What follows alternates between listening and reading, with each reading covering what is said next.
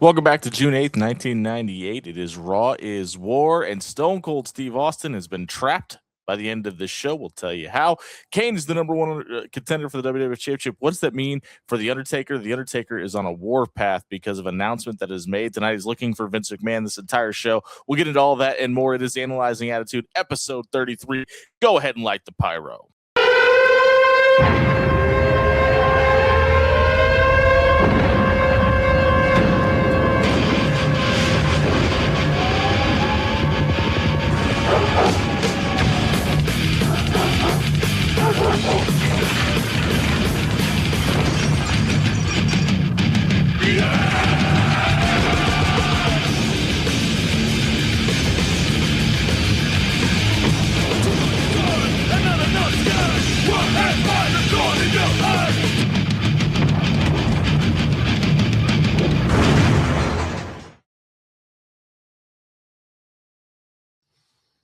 Welcome back to June 8th, 1998. We are live from Rockford, Illinois. It is Raw is War, and it is the 34th episode of Analyzing Attitude. I'm Jimmy Allen. That's the good Dr. Mike Sweeney with a new background tonight. Mike, what's the background now?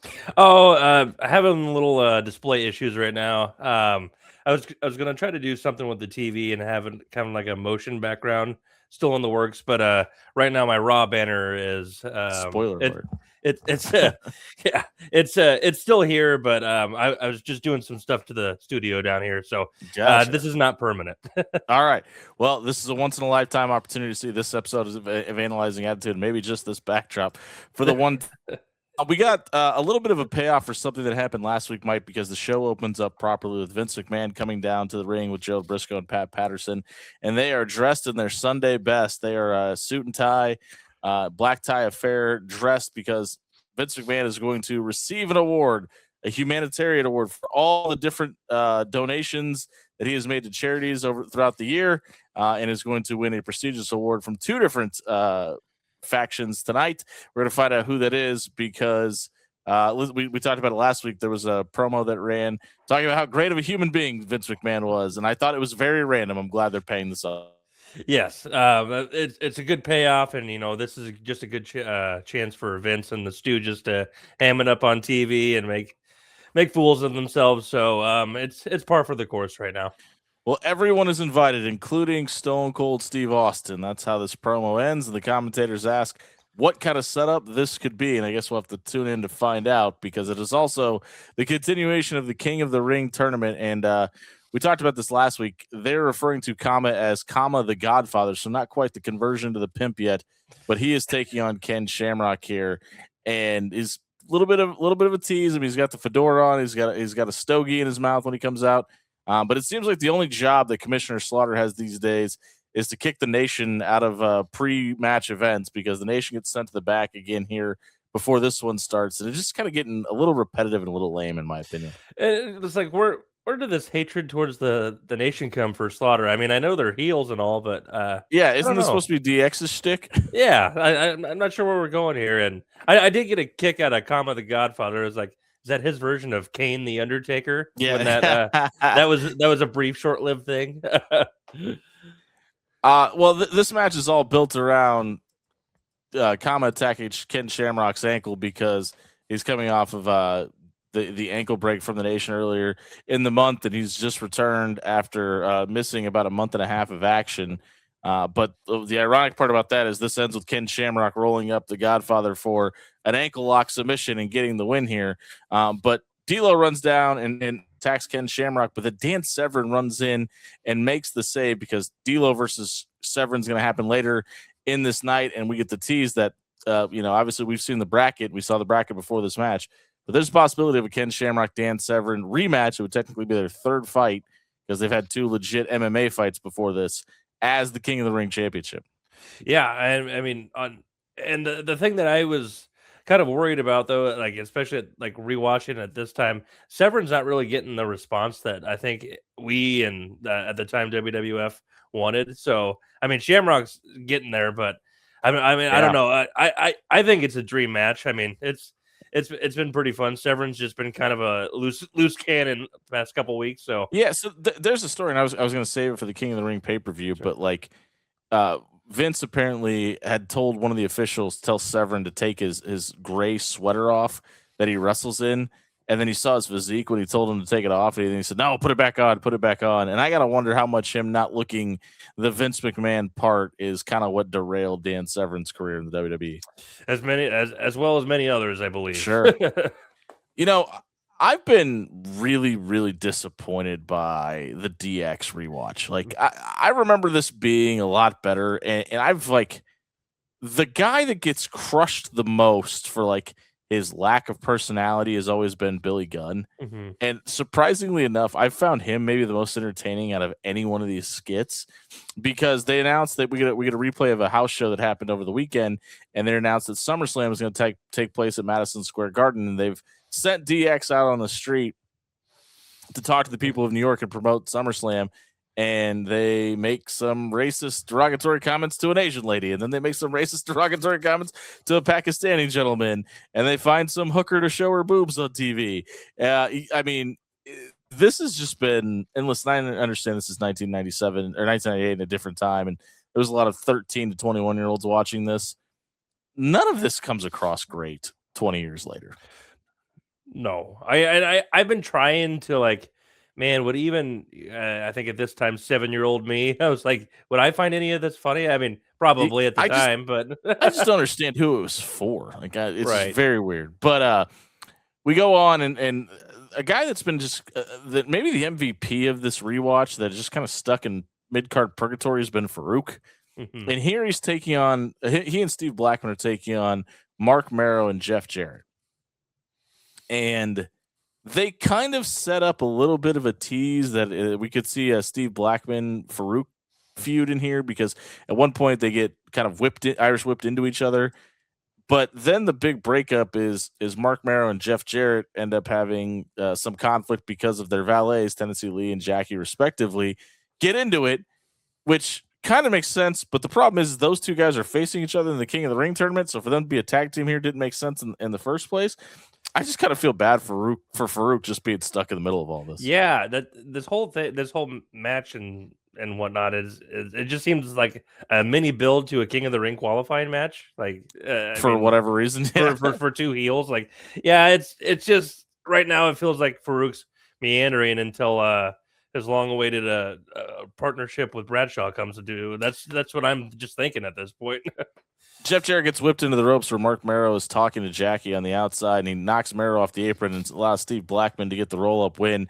So we've had Steve Blackman job out to both of these guys several times to get a sneak roll-up victory and a throwaway nothing tag team match as the payoff, I guess. And is that Jeff's first time being pinned since coming back? Like, at Yes. all? Yeah, Okay, for loss. I mean, he's technically beat the Undertaker, if you remember, right? Because he that's got right. disqualified. So Right.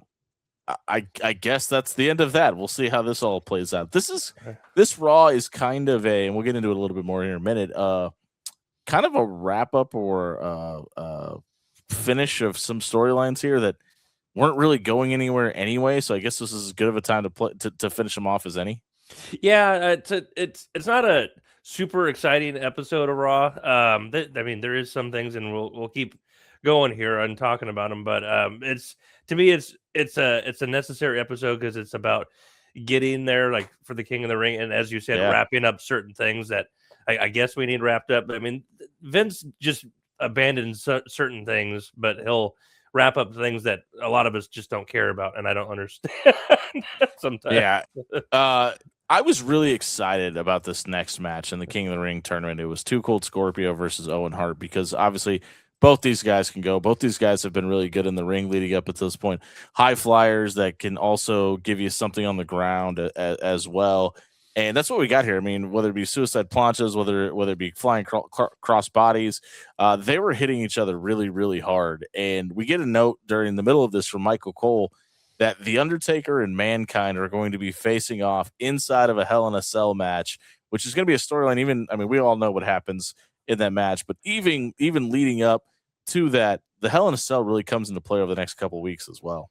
Yeah, we've only had one up to this point, and I think they really want to get the fans reacquainted with it and really drive home for us, like, this this stipulation, this beast of the cell is not to be trifled with. So they're doing they're going to be doing pretty well in the coming weeks building that. However, just announcing it mid Two Cold Scorpio Owen Hart match is very strange for one of the most iconic matches in history.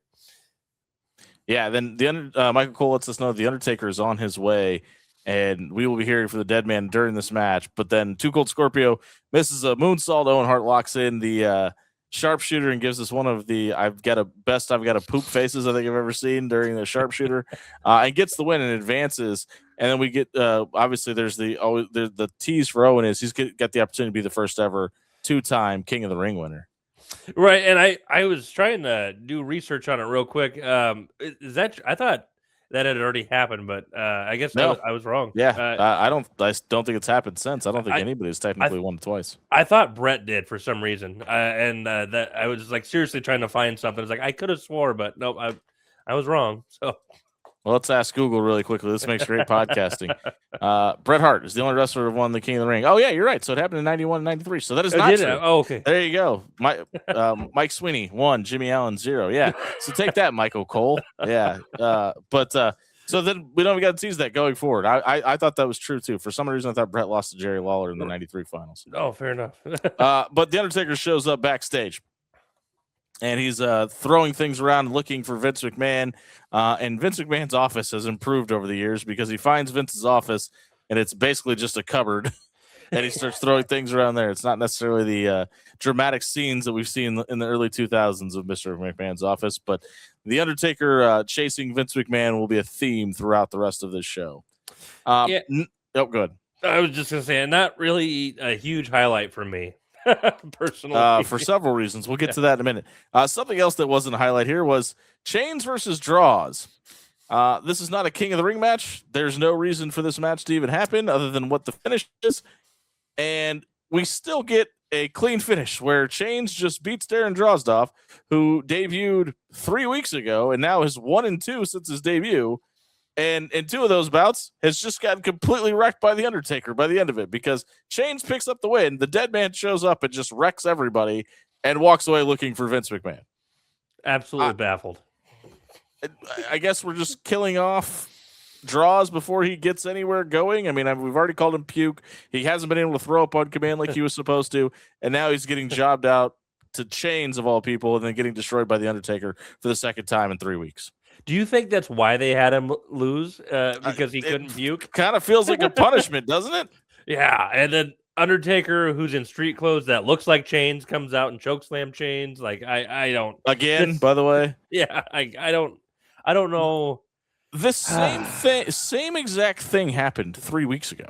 Yeah. They were having the backlot brawl with the DOA and the LOD. By the way, LOD just not with draws here, so maybe that's over for the time being. We obviously know it comes back into play at a later date for all the wrong reasons, but it just not even referenced here on this episode. And the only reason that the Undertaker stops beating these guys down is because Vince McMahon appears on the Titantron talking to 2 former football players who he's going to accept the awards from tonight. But just a really weird set of events. Yeah. I was like, man, they're not really off to a hot start on this first episode of Raw. It really felt like maybe somebody I tried doing some research because I felt like maybe somebody got hurt and some things got thrown into a tiff and they were just trying to make things work. But yeah, this is kind of a wet fart out of the gate. Absolutely. More wet farts for you as DX comes down to the ring to cut a promo. And as we're about to get the Triple H shtick, LOD 2000 comes out without draws, but Sunny's back. I believe this might be her. And D says, well, they're the number 1 contenders at the last pay-per-view, which was technically true. I thought they were just riding off into the sunset. But then the DOA show up and say they want a tag team championship match. And then Commissioner Slaughter comes out and awards both of them a tag team championship match and says we're going to get a three-way dance, three-way tag team match in the show. So despite LOD beating the DOA for the number 1 contendership, the DOA just get a number 1 contendership match anyway. I think there's like I forgot about this long lasting feud between the DOA and LOD. Yeah, I about wish I would have ruining each other's child championship matches. Like isn't it to start the feud was LOD taking ruining DOAs. Yeah. And now, DOAs ruined LODs. And the other thing about this that didn't make sense, like Commissioner Slaughter's now come out and send the nation back, come out and ruin the DX party face move, but he's dressed in suit and tie here to help celebrate Vince McMahon, the biggest heel in the company, later in the show. Very confusing. He's a very two-faced commissioner. Yeah, we get a cut to the backstage, and the Undertaker is still looking for Vince McMahon, throwing stuff and destroying the catering area. Okay. And then we get another Edge vignette, which I thought was really interesting because we get all the voiceover monikers that happen eventually in his theme song. This is the first time we get the "You Think You Know Me" moniker, and I thought that was really cool. But we still are week 6 of Edge vignettes, and we've seen him exactly 0 times. I feel like we had less Val Venus ones, and those were actually funny. Yeah, we got 5 weeks of Val Venus for that 9 Edge vignettes up until this point. Man, and I tried for 2 weeks to give the Edge vignettes a little bit of something to talk about, but I can't. They make nothing makes sense. I don't understand what they were going for here. We continue to bury Vader next because we basically feed him to Mark Henry in today's era. But this is Mark Henry's 11th ever match ever, and he just destroys Vader here. And I'm like, listen, there was some cool hard hitting stuff here, and we get the first 6 power moves that Vader does. Can't get Mark Henry off his feet, but there's that cool moment where Mark Henry power slams Vader off the middle rope, and it looked like $1 million. Yes. But the Undertaker comes out and kills both these guys too. So we're just killing off all of our new talent one by one. And here's the thing: they announced when that Vince was coming back out to do this award. Why wouldn't he just, I don't know, wait and do it then? Yeah. He literally said, "I'm going to come back out at the end of this show," and Vince McMahon said, "Everybody's invited to this thing, so the Undertaker could just show up." Okay. On to the King of the Ring stuff as D'Lo takes on Dan Severn. You can probably figure out what happens here. Owen comes out, but then Ken Shamrock limps down and tries to make the save, but Owen runs off from a one-legged man. Severn picks up the win and advances by the bow and arrow lock that he does to pick up the win. Okay. It feels like if it's not a King of the Ring qualifying match, we're getting a non-finish, and our finishes are not clean. No, yeah. It's. I mean, they're continuing for the sake of continuing, I guess. That's fair. More things that are irrelevant. Val Venus is taking on Dustin Runnels next, and obviously two great workers in the ring. Supposed to be working for free for 60 days because he didn't beat Stone Cold Steve Austin, and that's why he's got this change of gimmick from Goldust to Dustin Runnels. They touch on that exactly 0 times. Yeah. Since this actually happened till now. It's fine, I guess. Oh, and I feel like he may have missed a Raw here and there, but it feels like he's been consistently on. It's like, why not play that up a bit? Like have him wrestle like twice or do hard things because he's not getting paid to do them. You know? Make him a janitor for a night or something. Yeah. I don't know. The weird thing about this whole thing's kind of weird, but the weirdest part is Val Venus comes out and he cuts a promo on Dennis Rodman. Now, that's very 1998-esque. Literally the NBA finals are about to start in a week and a half. And Dennis Rodman, famously at this time, playing with Michael Jordan and for the Bulls. Yes. They are maybe the most 1990s thing outside of pro wrestling. Yeah. But he's also on the other channel. Tonight, he's on the other channel, and you're cutting a promo about the big outside star that they have coming in on this. Val Venus says him and Dennis Rodman have a lot in common. They're both called the Big Worm, and while Dennis Rodman dominates the boards, he dominates the broads. Which is funny, and like this was at least a funny promo, right? But you're literally helping promote the other guys at this point. It's like they already have, other than Michael Jordan, probably the most famous basketball player at the time. Easily. And like, and they don't need help promoting that. But no, let's even though it's a small joke, it is still promoting that. And I was like, what are you doing? Yeah, I don't know if this was a decision by Val or a decision by creative. It doesn't matter who it was. It wasn't a very good decision. And No. so it's a very good match. Hard hitting back and forth for about 3 minutes. I actually liked some of the offense that Dustin is doing at this point. Mhm. But then, you guessed it, here comes the Undertaker, and he destroys both of these guys, and is continuing to look for Vince McMahon. Yep. The show rolls on. We get more of DX in New York, and I think Billy Gunn was the funniest part of all of this. I mean, he's just being a jackass. He's Road Dogg is looking through the lookout binoculars on top of the Empire State Building, and Billy's butt is in front of the lookout. It was pretty funny. And Road Dogg says, "I guess this is why they call it the Big Apple." I mean, I like, he has honestly been the highlight of all of this for me. Yeah, the Outlaws seem natural in these vignettes. Sure. And it seems like X-Pac and Triple H are really just trying to like, hey, I'm on camera, let's be funny. Yeah, and I think it's important to point out that Sean Waltman has not been back for very long, and that Right. might have something to do with it. Is where the Outlaws have kind of been working together for 6 months. True. But we get after the vignettes, we get the three-way tag team match, and the thing that was funny about this was I loved how X-Pac and Triple H sat up on the stage and had like the Wile E. Coyote-esque signs to hold up during the entire match. But in this tag team match, it was very clunky because tag team partners could tag in each other, they could tag in other teams. It wasn't elimination style, and it was the first pin gets the win. And at one point, Animal tags in Road Dogg while Billy Gunn is in the ring, and Hawk gives him the suck it chop. Road Dogg gets in, and then the DOA Irish whip the Outlaws into each other, and then we get the square off moment. And then Billy Gunn lays down, Road Dogg gets the pin, and the Outlaws outsmart everybody in the ring, and they just leave the faces standing in the ring holding their dicks. Has anybody ever looked stupider in the run than when the LOD has come back to the WWE? I can't think of one.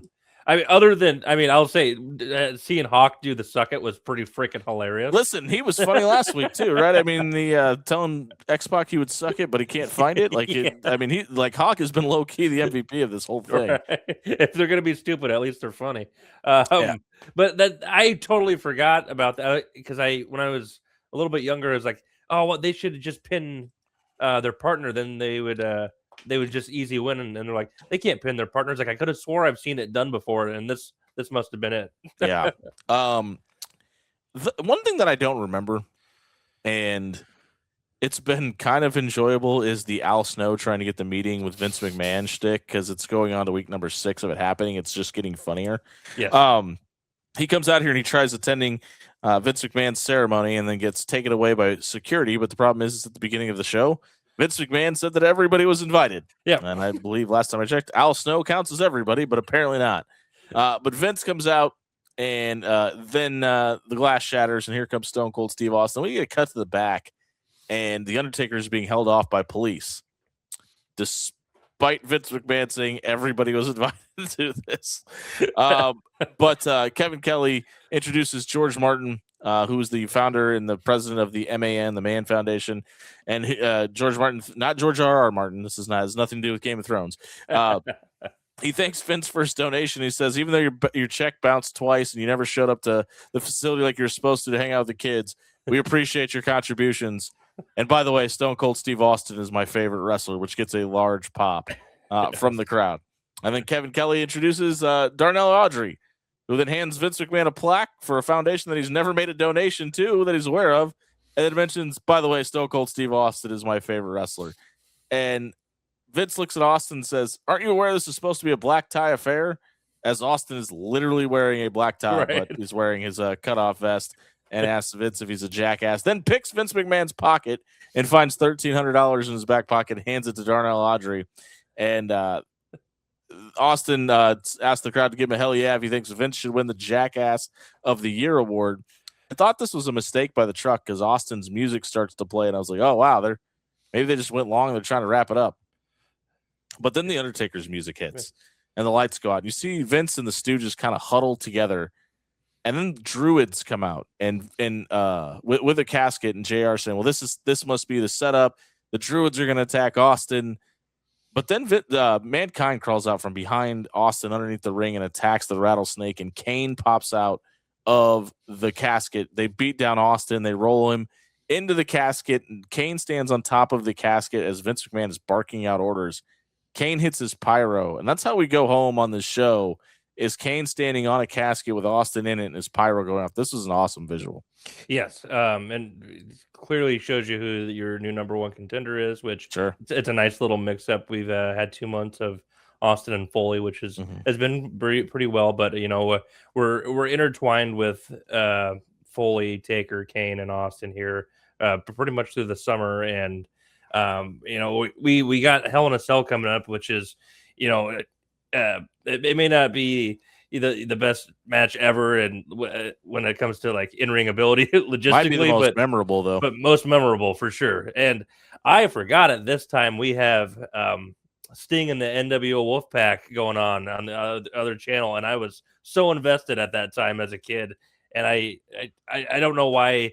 Just a man painting his face red was so appealing to me. That's a great call out though, because don't forget to check out our sister show, the New Pod Order, which is launching its debut episode tomorrow. So make sure you check out the channel to catch up. Again, they're going to start back at Bash of the Beach with the Hogan heel turn and lead all the way up until this time period. And you'll find out when Sting joins the NWO Red and Black.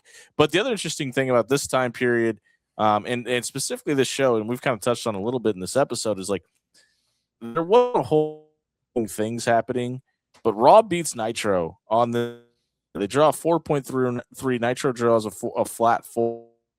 Was great on this. Mentioned the Dennis Rodman thing is happening. I'm going to be interested next week. The Hell in the Cell above the ring at Raw next week.